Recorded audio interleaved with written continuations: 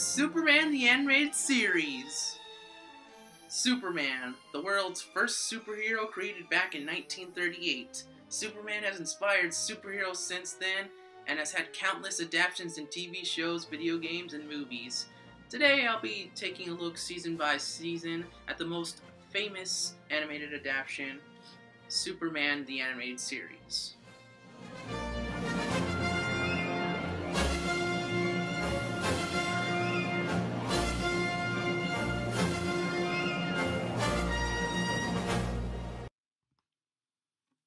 Premiering on Kids WB in 1996, this show was written and produced by the same creative team behind the highly acclaimed Batman the Animated Series and is set within the same universe as the show, the Timverse or Diniverse, whichever you prefer. Season 1 begins with a 3-part origin story detailing the destruction of Krypton, Superman growing up with his powers, and Superman settling into Metropolis to begin his fight against crime. This is a solid start to the series, as the first episode you get to spend time on Krypton from Jor-El's perspective, and then the second and onward it shifts to Clark's perspective and occasionally the villain's perspective. The second episode is where I feel the writers are trying to speed up the pace on Clark so Clark can become Superman. For half the episode, he's a teenager dealing with the fact that he's on Earth, and poof! Another time skip happens, and Superman is barely settling into Metropolis. Now, I don't mind this because the time that we do spend with him and his realization is understandable. That, and they try to set up Lana Lang on becoming a recurring character throughout the series run, but I digress. I get it though, it's the second episode in Superman the Animated Series, and halfway into episode 2 we finally get Superman on screen. But aside from some questionable dialogue and animation errors, the last Son of Krypton is a solid arc in the series as it introduces the audience to all the major characters and major elements within the Superman mythos. Clark Kent, Pa and Ma Kent, Lois Lane, Jimmy Olsen, Perry White, Lex Luthor, Mercy Graves, and Superman's Kryptonian origins. Season 1 is a solid start with each new villain that gets introduced throughout, and their motives and backstory are understandable and in some ways relatable. They are three-dimensional. Toyman and Parasite in particular. However, I can't exactly say the same for the main cast, except for Superman himself.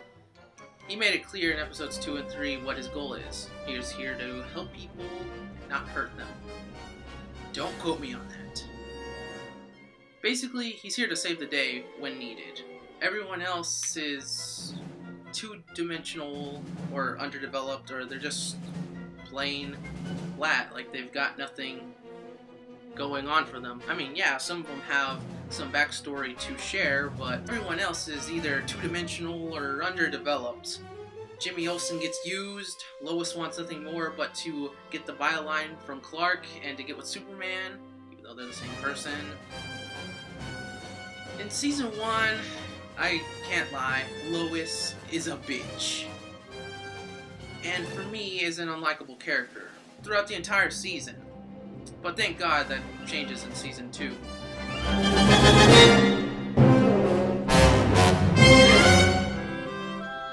Long story short, it goes like this. The villain for each episode gets development and focus, while the main cast, aside from Superman, didn't get much development or screen time. That's my main problem with Season 1. Now, before you start typing in the comments section, the focus on the main villain for Superman is that way to show you as an actual villain for what he's doing instead of just showing up and saying, "Hey, I'm evil, let me Superman." Having focus on your villain is a good thing, no doubt about that. But there's a way for you to develop your main cast and your main villain for the episode or arc, whichever one. You balance screen time between the two. Not give focus more to one and then the other, because otherwise the one that gets the short end of the stick gets underdeveloped and the audience will find them forgettable or bland, or both.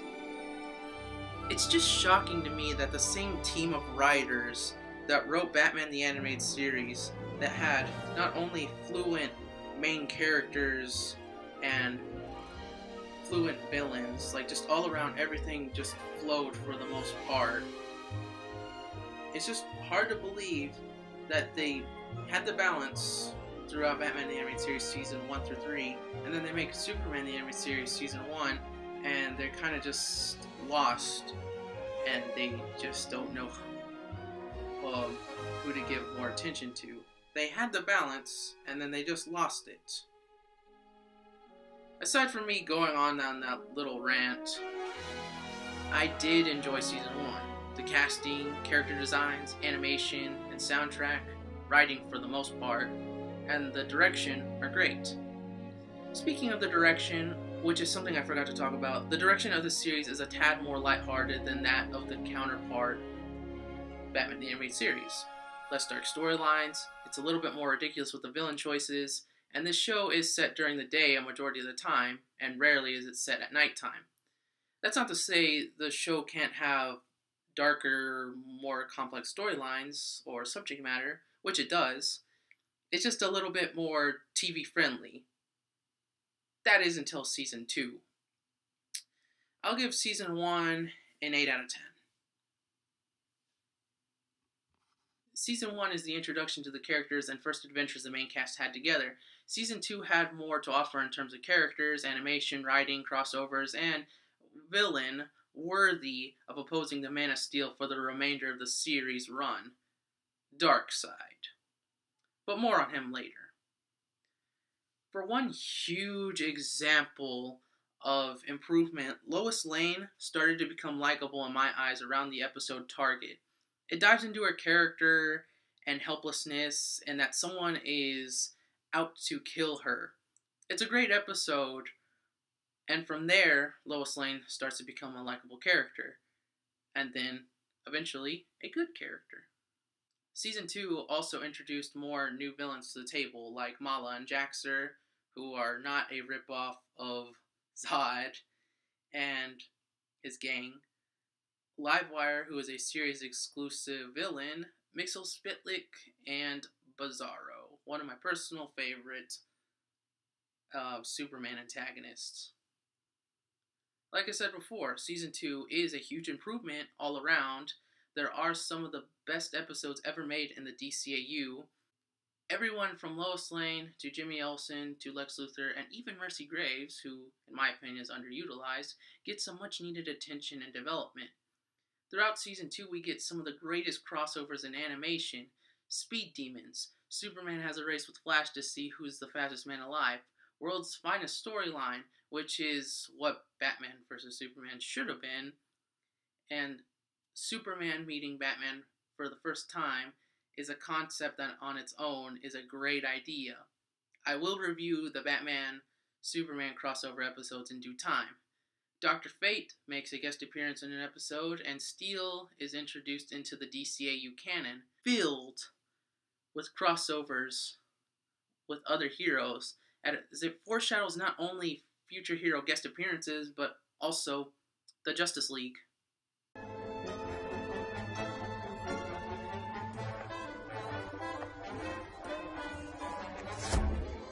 The Justice League isn't the only thing Season 2 foreshadows, however.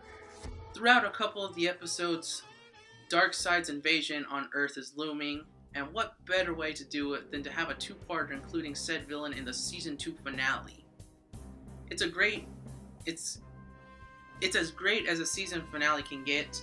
There was conflict, drama, suspense, action, great performances, especially Michael Ironside's performance as Darkseid, and a supporting character's death, which left Season 2 on a dark note, and left me wanting to know what happens next. Before I move on to Season 3, there is one episode in particular that I want to recommend personally. If you haven't seen the series yet, then you have to at least watch The Late Mr. Clark Kent. The episode dives into Superman's head, and Lois Lane gets a great amount of focus and development. On top of that, it's a great example of what detective fiction should be, with a unexpected revelation at the very end. It's an all-around fantastic episode.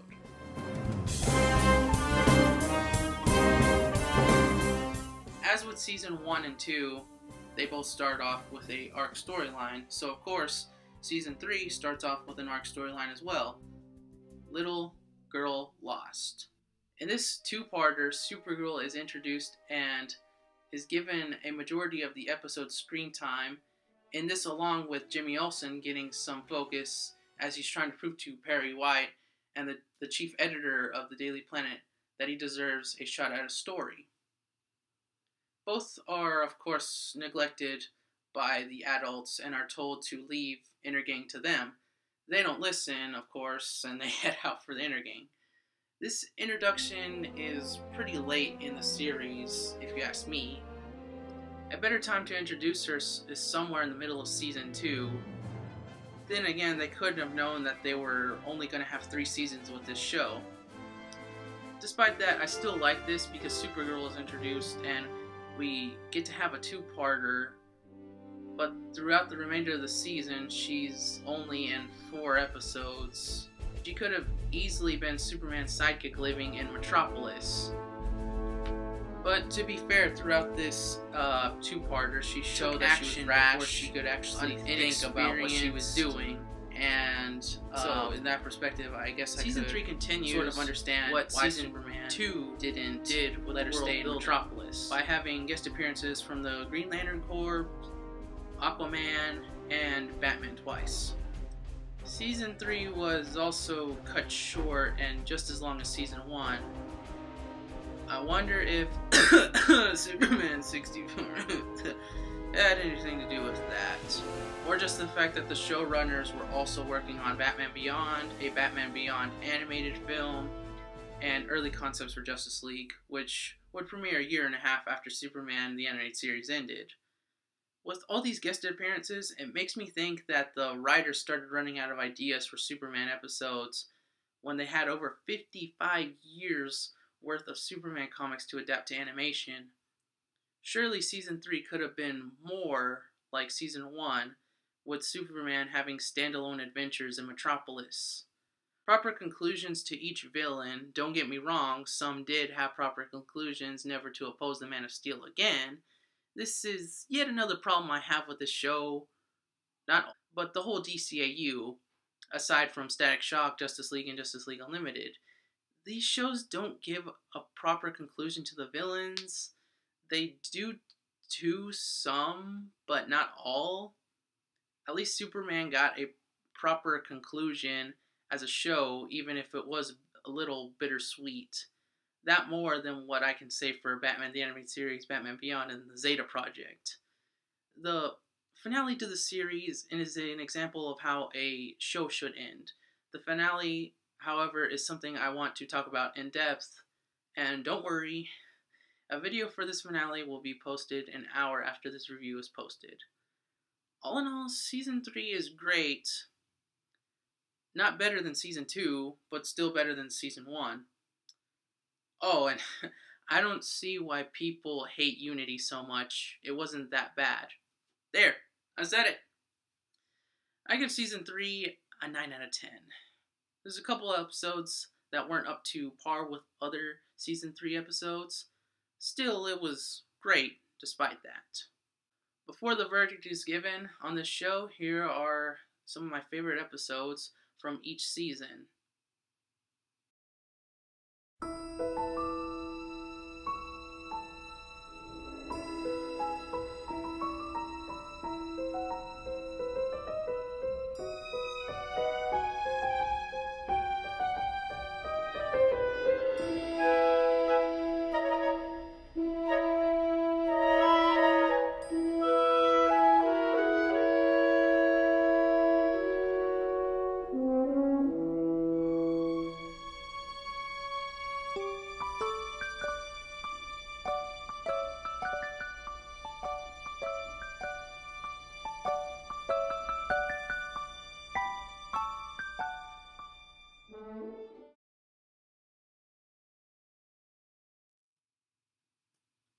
Now, this show is easily the best Superman TV series.